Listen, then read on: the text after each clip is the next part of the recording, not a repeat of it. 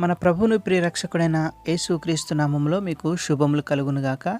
ఈరోజు దేవుని వాగ్దానముగా సామెతల గ్రంథము 4వ అధ్యాయము 12వ వచనం, నీవు నడుచున్నప్పుడు నీ అడుగు ఇరుకున పడదు. దేవునికి మహిమ కలుగునుగాక.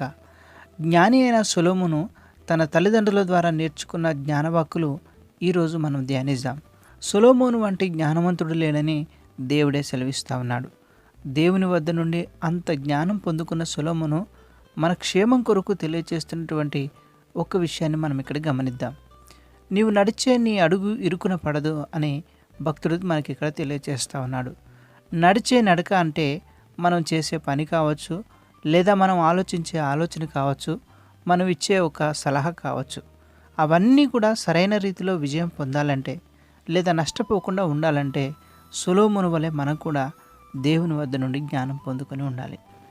మనకు అందుబాటులో ఉన్న జ్ఞానము దేవుని వాక్యమే.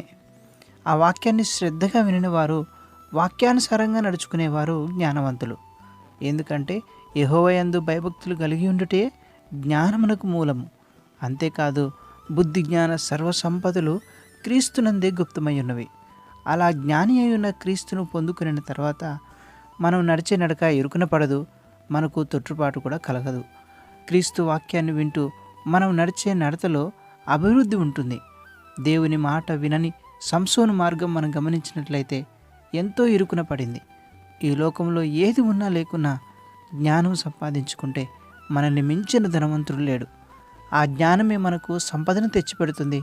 ఆ జ్ఞానమే మనల్ని మంచి మార్గంలో నడిపిస్తుంది. ఆ జ్ఞానమే మనల్ని ఇరుకున పడకుండా, శ్రమల్లో చిక్కకుండా కాపాడుతుంది. అట్టి జ్ఞానం కొరకు ఈరోజు మనం కూడా ప్రార్థన చేయవలసి ఉన్నది. ప్రార్థన చేసుకుందాం. పరిశుద్ధుడా, ప్రేమ కలిగిన తండ్రి, నీ పరిశుద్ధమైన ఘనమైన నామానికి వందనాలు చెల్లిస్తా ఉన్నాం. జ్ఞాని అయిన సొలొమోను ద్వారా మాకు ఈరోజు తెలియచేసిన అనేక విషయాలను బట్టి నీకు వందనాలు చెల్లిస్తా ఉన్నాం ప్రభువా. బుద్ధి జ్ఞాన సర్వసంపదలు నీ అందే గుప్తమై ఉన్నవి.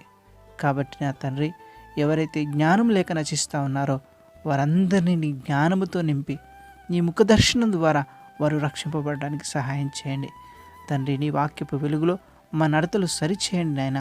మేము నడవలసిన మార్గముకు తెలియచేయండి తండ్రి. సాతాను పెట్టే శ్రమల్లో కానీ, శోధనలో కానీ మేము చిక్కుకొనకుండానట్లు నీ పరిశుద్ధాత్మ శక్తితో మమ్మల్ని కాపాడండి. నీ పరిశుద్ధాత్మ శక్తితో మమ్మల్ని నింపండి. అనారోగ్య పరిస్థితుల్లో ఉన్నవారిని స్వస్థపరచండి. అవసరతలో ఉన్నవారిని అక్కరలు తీర్చండి.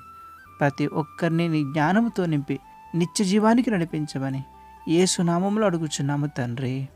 ఆమెన్. మన తండ్రి అయిన దేవుని ప్రేమ, ప్రభు అయిన యేసుక్రీస్తు కృప, పరిశుద్ధాత్మ దేవుని సన్నిధి సహవాసము మనకును సకలలోక పరిశుద్ధులకును నిత్యము తోడైండును గాక. Amen. May God bless you.